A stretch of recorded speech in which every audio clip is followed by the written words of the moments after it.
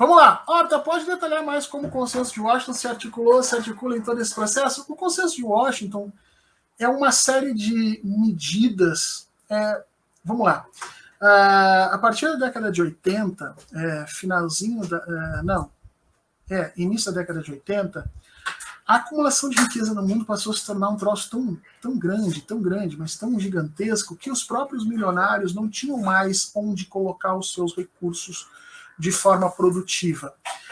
O salto tecnológico que permitiria a criação de novas indústrias, como hoje está acontecendo com as indústrias digitais, não tinha acontecido ainda. Se vocês lembram, em 86 você tem um acidente da Challenger. Esse acidente da Challenger meio que botou um teto no nosso desenvolvimento tecnológico.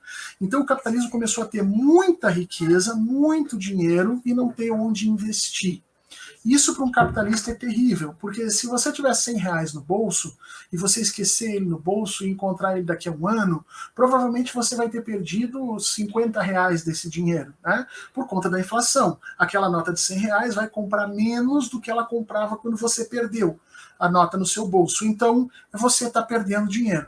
Agora, você está perdendo em cima de uma nota de 100 reais. A pessoa que tem 100 bilhões de reais, ela está perdendo a mesma coisa que você perde em 100, só que ela está perdendo numa escala de bilhões. Então isso é apavorante para essa gente. É apavorante para essa gente. Então eles ficam procurando lugares onde eles despejarem o dinheiro, sempre colado ao trabalho, eles têm que despejar o capital aliado ao trabalho para que ele se reproduza e volte dinheiro para eles. No início da década de 80, as grandes empresas, os grandes ricos do mundo, aí, o sistema financeiro mundial, esses grandes ricos vão botando dinheiro nos bancos, os bancos vão fazendo esse trabalho de encontrar gente para emprestar dinheiro para reproduzir o capital, e esses caras descobriram o filé. E o filé era dar dinheiro para os estados. Supostamente, mesmo que a América Latina não tivesse grandes indústrias tecnológicas que viessem a absorver esse capital, juntar com o trabalho e dar lucro, tinha Estado. E o Estado precisava fazer estrada, precisava fazer hospital, precisava fazer escola, e também se não fizesse, não tinha a menor diferença. O negócio é que esses mega bilionários começaram a emprestar dinheiro para os estados, especialmente os estados de países que na época se chamava de países em desenvolvimento, ou subdesenvolvidos. Hoje chama de desenvolvimento, na época se chamava subdesenvolvidos. Eles só fizeram questão de que constasse nas legislações desses estados em que eles estavam emprestando dinheiro algumas leis de segurança de que eles iriam receber. Então, por exemplo, no orçamento brasileiro, os nossos maravilhosos legisladores, todos ou a imensa maioria eleitos para defender o capital e a propriedade, eles colocaram lá de que a dívida tem que ser paga antes dos investimentos do Estado. Isso é chamado de superávit fiscal, né?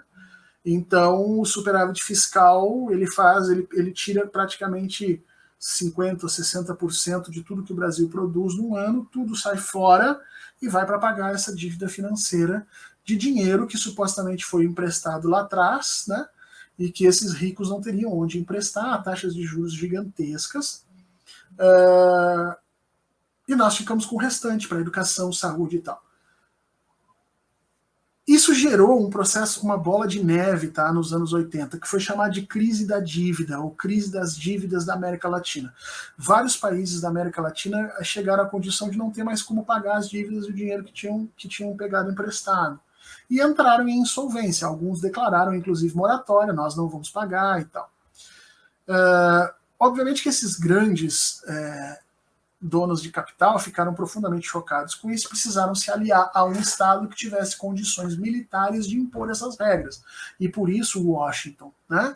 Então, em Washington se organiza uma série de congressos econômicos que pensam em uma fórmula para supostamente arrumar as economias desses países em desenvolvimento para que eles possam pagar os seus devedores, né?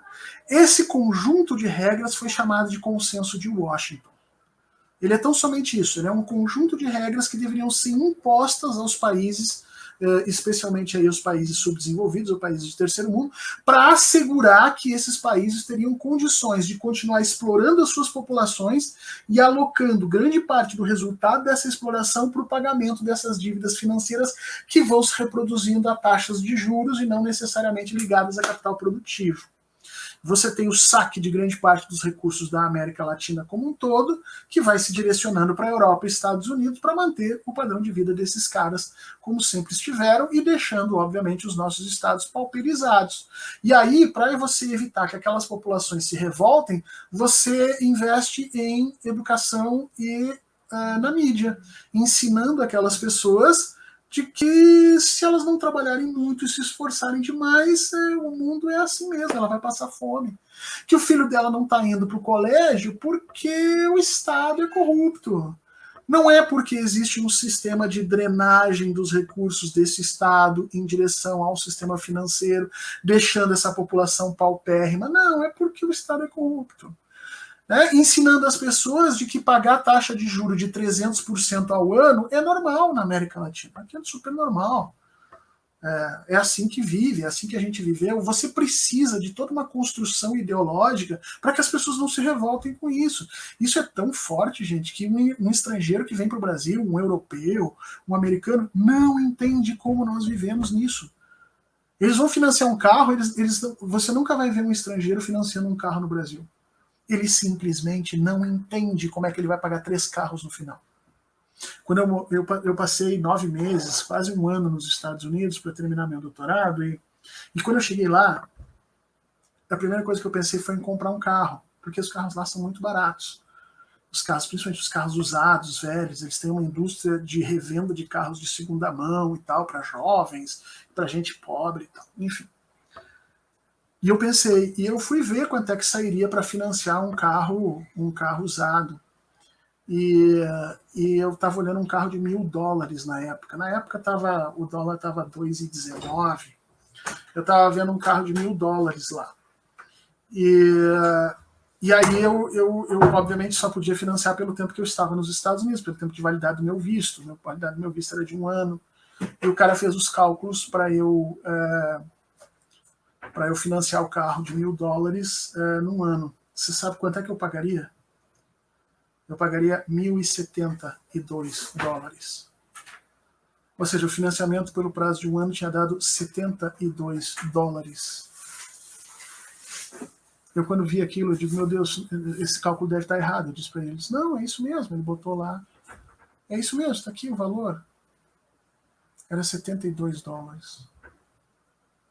Isso nunca aconteceria no Brasil. No Brasil, você financia um carro novo, você paga 4 no final e você acha que é assim mesmo. Isso que se você não perde o carro no meio do caminho, o banco te executa, você perde tudo isso e dane-se, né? Então, é preciso organizar isso. Esse consenso de Washington foi isso. Esse consenso de Washington acabou entrando nas universidades, acabou patrocinando bolsas de estudo para economistas irem estudar nos Estados Unidos e aprender esse tipo de coisa, virem ensinar as pessoas que era assim que funcionava. E tudo isso é uma construção de arcabouço para esconder esse processo de exploração que, de alguma forma, é escondido pelo neoliberalismo uma vez, mas é escondido pelo racismo também 2 vezes. Portanto, essa exploração fica dentro de uma caixinha com um monte de papelzinho em cima, né? Para as pessoas não verem que ali embaixo o que existe é um processo de superexploração gigantesco, violento.